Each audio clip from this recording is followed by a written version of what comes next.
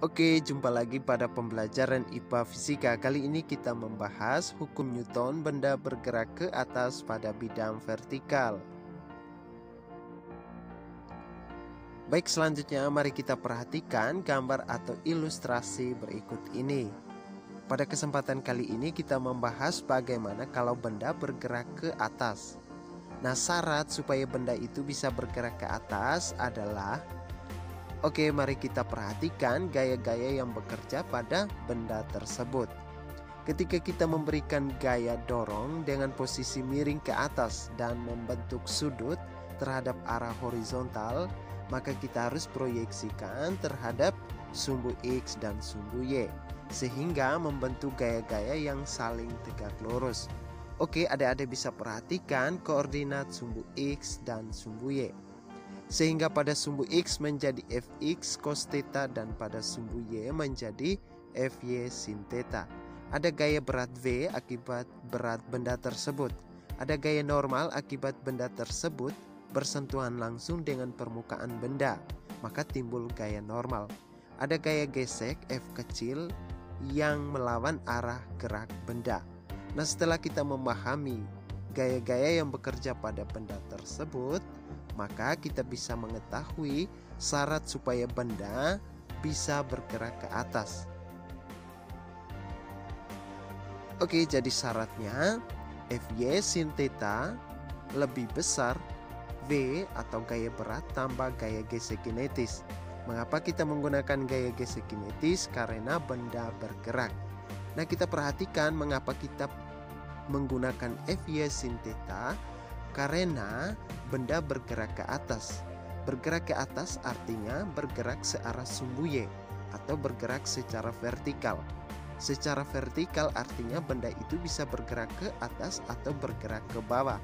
Maka yang kita lihat adalah gaya-gaya yang bekerja ke atas atau gaya-gaya yang bekerja ke bawah.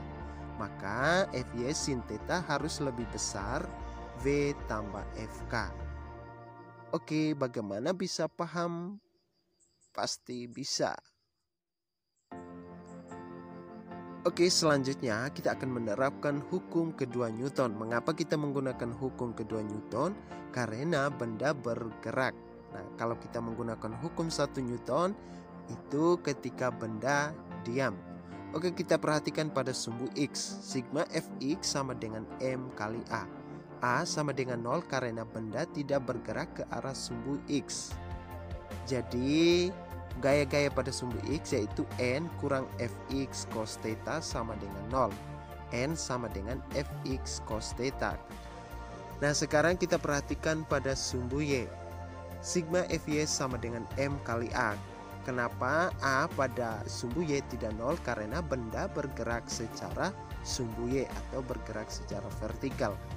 Nah, gaya-gaya yang bekerja pada sumbu Y ada Fy sin theta kurang V kurang Fk sama dengan M kali A.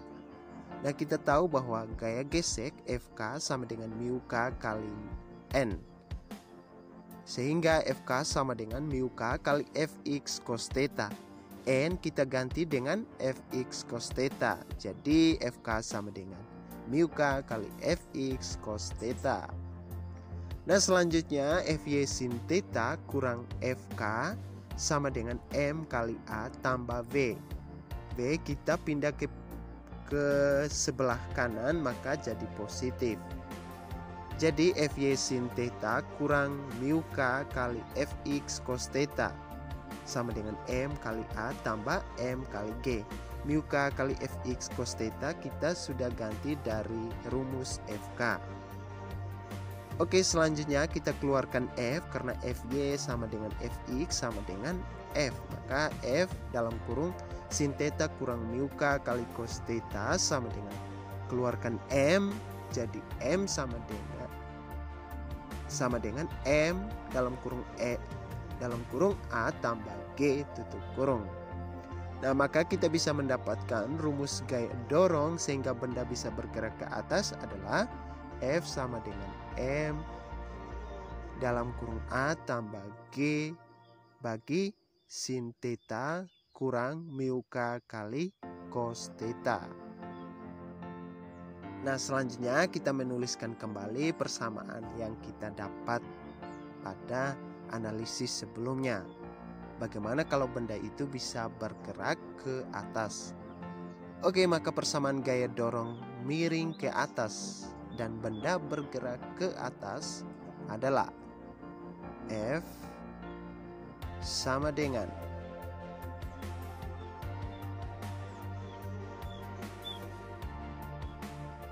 M dalam kurung A tambah Q tutup kurung bagi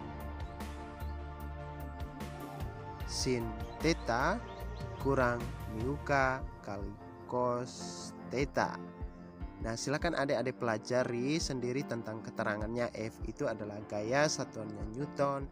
Oke, pembahasan mengenai hukum Newton benda bergerak ke atas sampai di sini. Semoga video pembelajaran ini bermanfaat bagi adik-adik dalam pembelajaran IPA Fisika. Semoga sukses dalam pembelajaran. Terima kasih.